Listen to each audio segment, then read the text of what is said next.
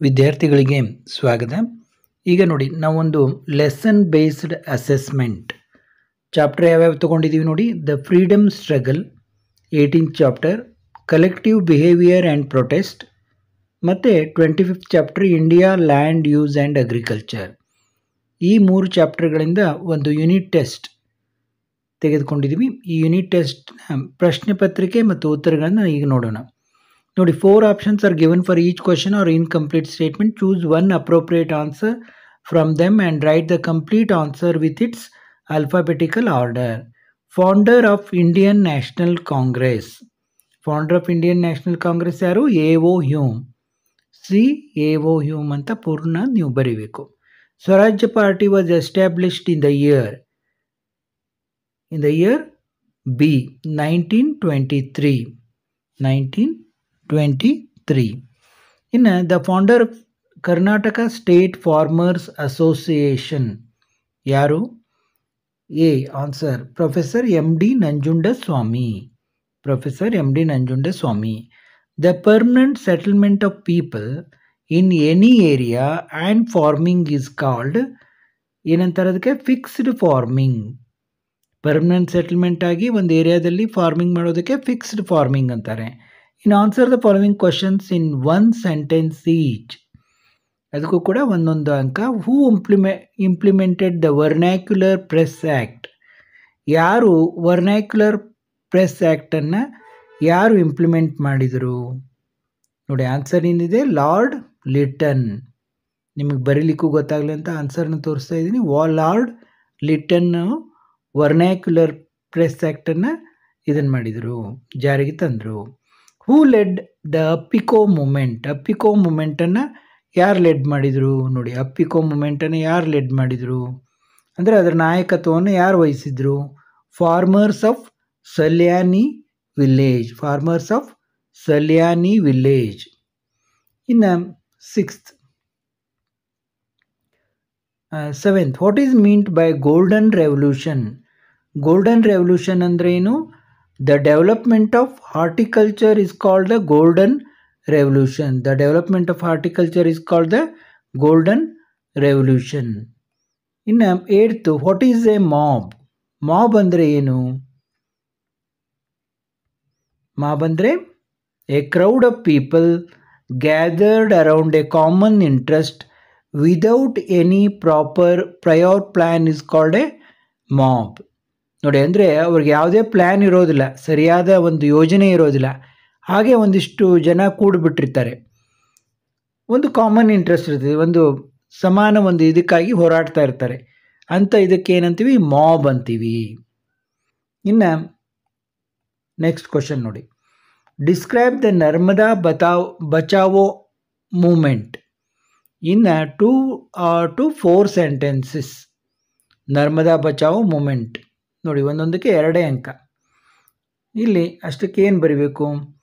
Began by Medha Patkar and Baba Amte, opposed the construction of a dam across the Narmada river, constructions of the dam cause destruction of forest, cause damage to the environment, threat to many animal species. ಇದು ನರ್ಮದಾ ಬಚಾವೋ ಆಂದೋಲನದ ಬಗ್ಗೆ ನಾವು ಈ ರೀತಿ ಬರೀಬೇಕು. ಇನ್ನು next ನೋಡಿ, 10th question ಏನಿದೆ? Horticulture is making immense progress in India. ಈ ತೋಟಗಾರಿಕೆ ಅನ್ನೋದು ಬಹಳಷ್ಟು ಒಂದು ಪ್ರೋಗ್ರೆಸ್ಸನ್ನು ಮಾಡ್ತಾ ಇದೆ, ಬೆಳವಣಿಗೆಯನ್ನು ಕಾಣ್ತಾ ಇದೆ, ಅಭಿವೃದ್ಧಿಯನ್ನು ಕಾಣ್ತಾ ಇದೆ ಭಾರತದಲ್ಲಿ ಅನ್ನೋದನ್ನು ಎಕ್ಸ್ಪ್ಲೇನ್ ಮಾಡಿರಿ ಅಂತ ಹೇಳಿದ್ದಾರೆ.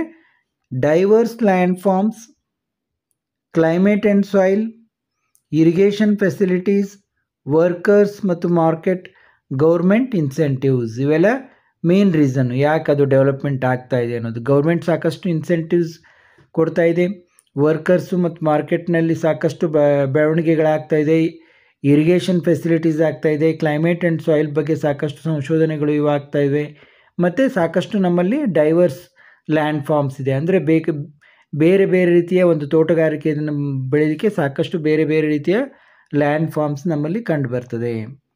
ಇನ್ನು 4th, answer the following questions in 6 sentences each. ನೋಡಿ, ಒಂದೊಂದಕ್ಕೆ 4 ಅಂಕ. What were the achievements of Jawaharlal Nehru? Jawaharlal Nehru ಅವರ ಸಾಧನೆಗಳು ಏನು? 11th ಕ್ವಶನ್ ನೋಡಿ, ಫಸ್ಟ್ದು. ಅದರಲ್ಲಿ ನಾವು architect of industrialisation, architect of modern India, architect of 5-year plans, architect of India's foreign policy, advocated non-alignment policy, architect of Panchsheel principles. ನೋಡಿ, ಆರ್ಕಿಟೆಕ್ಟ್ ಅಂತ ಯಾಕೆ ಯೂಸ್ ಮಾಡಿದ್ವಿ ಅಂದರೆ ನಿಮಗೆ ಬರೀಲಿಕ್ಕೆ ಯೂಸ್ ಆಗಲಿ ಅಂತ.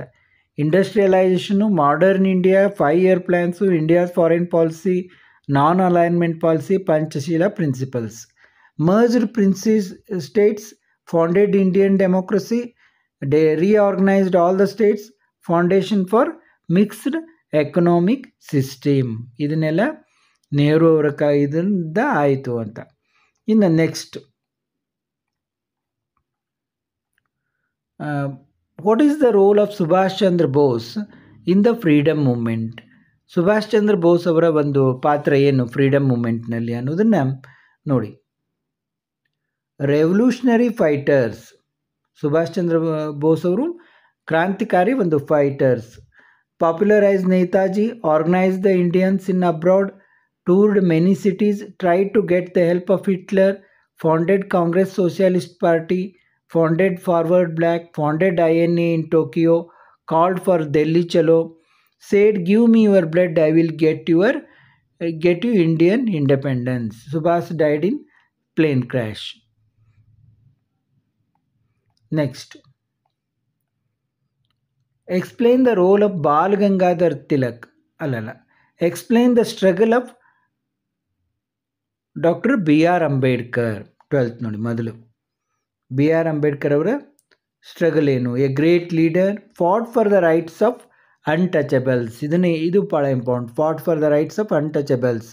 Plan to eradicate caste system, started Mahad tank movement, began Kalaram temple began ಅದು Kalaram temple movement, demand for separate electorate constituencies, founded Bahishkrut Hitakarini Sabha. ನೋಡಿ, ಬಹಿಷ್ಕೃತ ಹಿತಕಾರಣಿ ಸಭಾವನ್ನು ಸ್ಥಾಪಿಸಿದರು.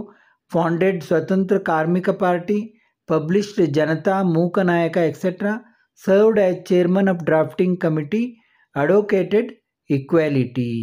ನೋಡಿ, ಚೇರ್ಮನ್ ಆಫ್ ಡ್ರಾಫ್ಟಿಂಗ್ ಕಮಿಟಿ ಅನ್ನೋದು ಕೂಡ ತುಂಬ ಇಂಪಾರ್ಟೆಂಟು. ನೆಕ್ಸ್ಟ್,